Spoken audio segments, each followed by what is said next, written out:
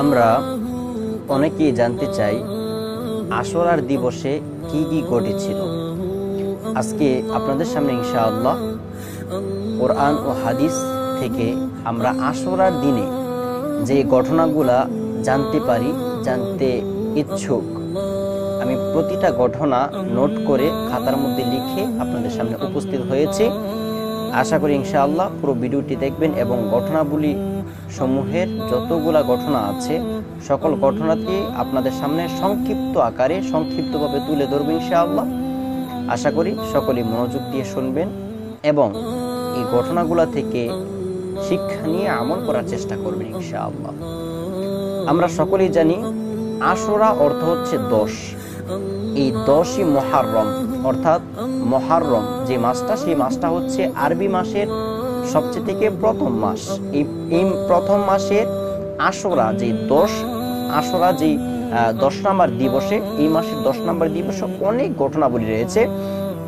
নবী ও রাসূলদের অনেক ওলিদের বিভিন্ন ঘটনাবলী এই মাসের মধ্যে আশুরার দিবসে রয়েছে। সেই ঘটনাবলীর মধ্যে যদি আমি প্রথমত যাইতে চাই, 1 নম্বরে হচ্ছে আল্লাহ পাক সমস্ত দুনিয়ার নদ নদী, পাহাড় পর্বত, সাগর মহাসাগর এই দিনেই সৃষ্টি করিয়াছেন, সুবহানাল্লাহ। 2 নম্বর হচ্ছে 2 নম্বরে বেহেশত হইতে পৃথিবীতে অবতরণের পর নিজের গুনাহ ও অপরাধের জন্য কান্নাকাটি করার পর এই তারিখেই আল্লাহ পাক রব্বুল ইজ্জত ওয়াল জালাল হযরত আদম আলাইহিস সালাতু ওয়াস সালাম অর্থাৎ আমাদের আদি পিতা আদম আলাইহিস সালাতু ওয়াস সালামকে ক্ষমা করিয়াছিলেন, সুবহানাল্লাহ। 3 নম্বরে যে এই দিবসের ঘটনা আসে সেটি হচ্ছে এই দিনই হযরত ইদ্রিস আলাইহিস সালাতু ওয়াস সালামকে বেহেশতে নিয়েছিলেন, সুবহানাল্লাহ।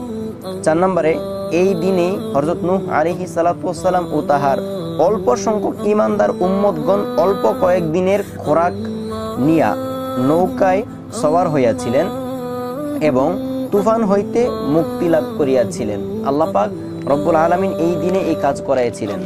তারপরে 5 নম্বরের যদি ঘটনা আসে, এই দিবসের যে 5 নম্বরের ঘটনা আসে সেটি হচ্ছে এই দিনই হযরত মূসা আলাইহিস সালাতু ওয়াস সালাম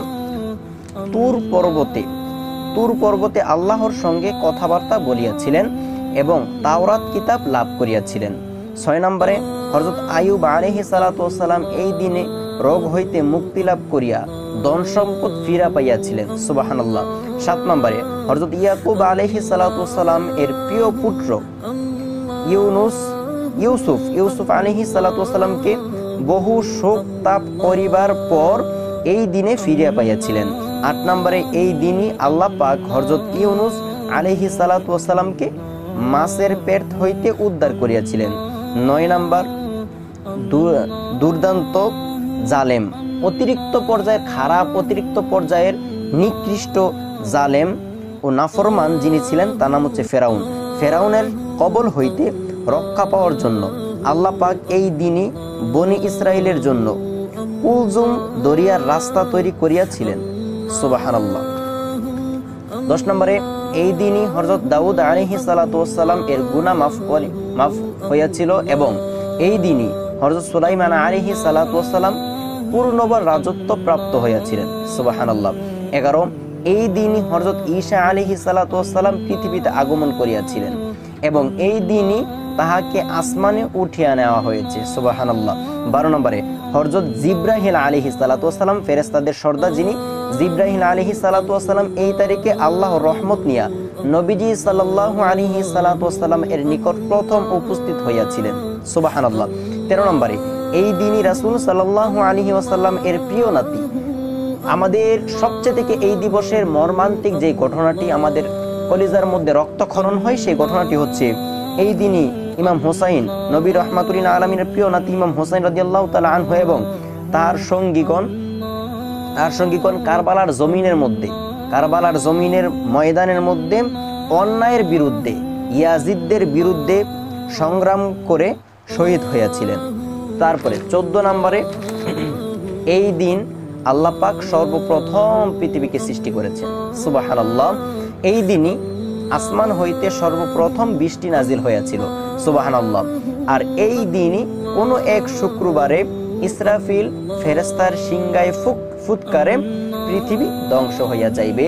এছাড়াও অসংখ্য অগণিত ঘটনাবলী এই দিবসে রয়েছে। অনেক অলি আউলিয়া আছে এই ঘটনা মানে এই দিবসে অনেক ঘটনা তাদের রয়েছে, কিন্তু আমরা তাহা জানি না। আমরা মানে অজানা আছি অনেক ঘটনা এই দিবসে। অনেক ঘটনা আপনাদেরকে জেনে পর্যবেক্ষণ করে বললাম, আর অনেক ঘটনা বলাই হয় নাই।